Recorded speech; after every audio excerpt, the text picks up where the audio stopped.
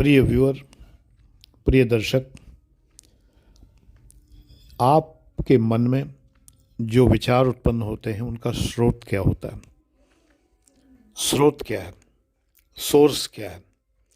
Karl Marx कहते हैं कि वस्तु से विचार आता है, वस्तु प्राथमिक है, विचार सेकेंडरी है।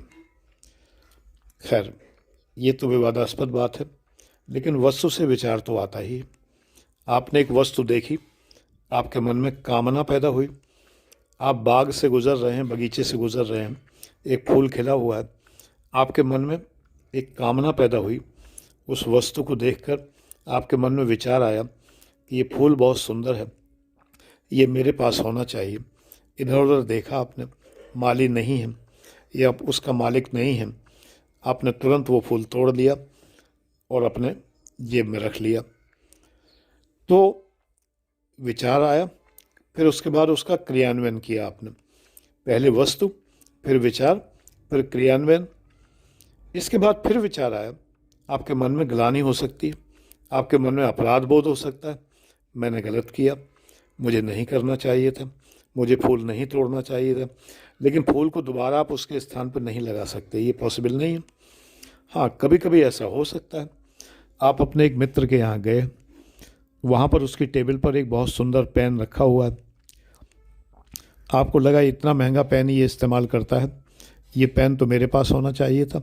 वस्तु है पेन, उस पेन ने आपके मन में एक लोभ पैदा किया, एक ईर्ष्या पैदा की, आपने वो पेन चुरा लिया और अपने जेब में रख लिया।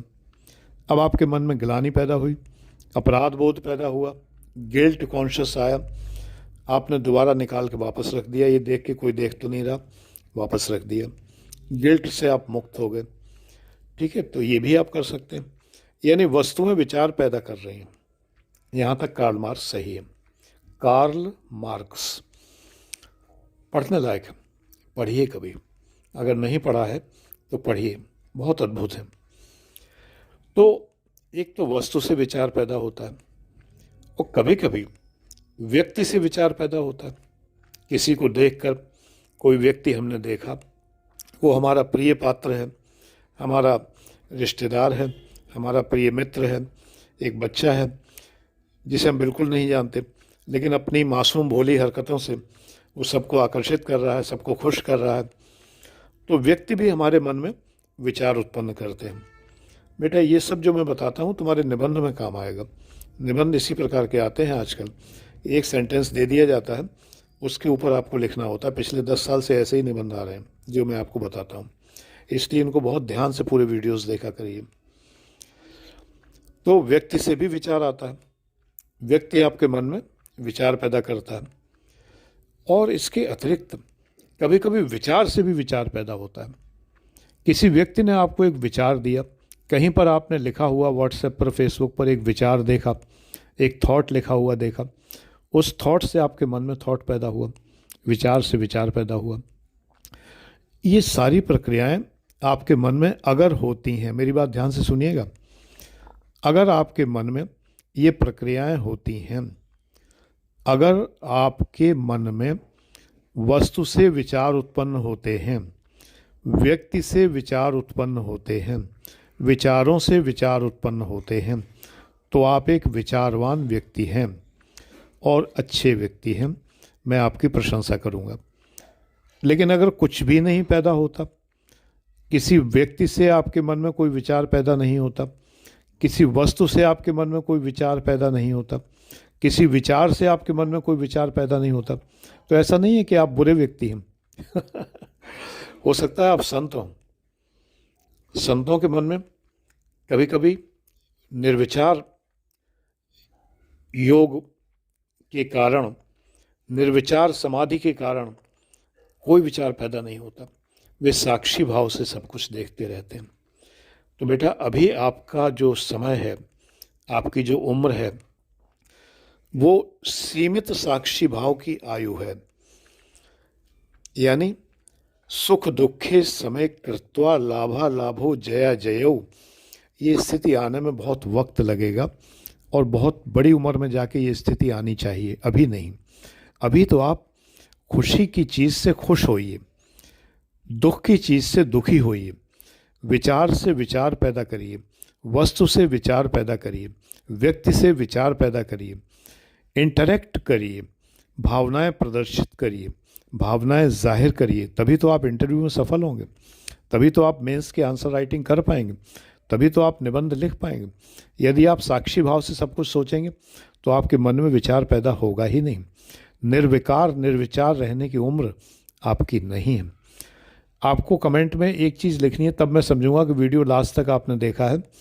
यदि आप लिखेंगे कि ये आयु निर्विचार रहने की नहीं है, यह आयु निर्विचार रहने की नहीं है, this age is not the age of being thoughtless, ये नहीं है, तो बेटे विचार पैदा करिए, विचार रिएक्शंस पैदा करिए। रिएक्शंस होने चाहिए, लेकिन मेलंकॉली नहीं, दुख नहीं, अवसाद नहीं, अवसादग्रस्त मत रहिए, दुखी मत रहिए। हर बात में खुश होइए, उन बातों में भी खुश होइए जिनमें सामान्य तौर पर लोग खुश नहीं होते हैं। मेरी एक चीज़ टूट गई तो मैं इस बात से खुश हूँ कि मुझे नई खरीदने को मिलेगी। ये शिक्षा मुझे एक बहुत छोटी सी बच्ची ने दी, मेरी भतीजी 2.5 साल की थी। उसकी चप्पल टूट गई तो बड़ी खुश हुई, मुझसे बोली ताऊ जी मेरी चप्पल टूट गई, वो बड़े खुश होकर बोली। मैंने कहा चप्पल टूट गई बेटा, तुम्हारी तो बड़ी अच्छी चप्पल थी ये। बोली अब आप नई ला दोगे मुझे, मैं इसलिए खुश हो रही हूँ। बस उस बच्ची ने मुझे जीवन का संदेश दे दिया। यदि मेरी कोई वस्तु टूटती है, गुम हो जाती है, कुछ भी होता है, तो मुझे नया खरीदने का अवसर मिलता है। मैं उसको नए तरीके से, नए प्रकार से प्राप्त कर सकता हूँ। और अगर नहीं खरीद सकता, आर्थिक स्थिति नहीं खरीद सकता, तो उसके बिना रहने का एक अवसर मुझे मिलता है। ये भी कुछ नया है, it is also something new. तो खुश होना सीखिए। तमाम बातों में जिनमें दूसरे लोग खुश नहीं हो सकते, आप खुश होना सीखिए। लेकिन निर्विचार रहने की उम्र अभी आपकी नहीं है। तो मैं निर्विचार रहने के लिए, समाधि लगाने के लिए आपसे नहीं कहता, मेडिटेशन के लिए आपसे कहता हूँ, ध्यान के लिए आपसे कहता हूँ 15 मिनट, बस, इससे ज़्यादा नहीं। ये मस्तिष्क को शांत करने के लिए, एक्टिवेट करने के लिए बहुत ज़रूरी है। बस इतना ही आपसे कहता हूँ। God bless you. ईश्वर आपको सफल करे।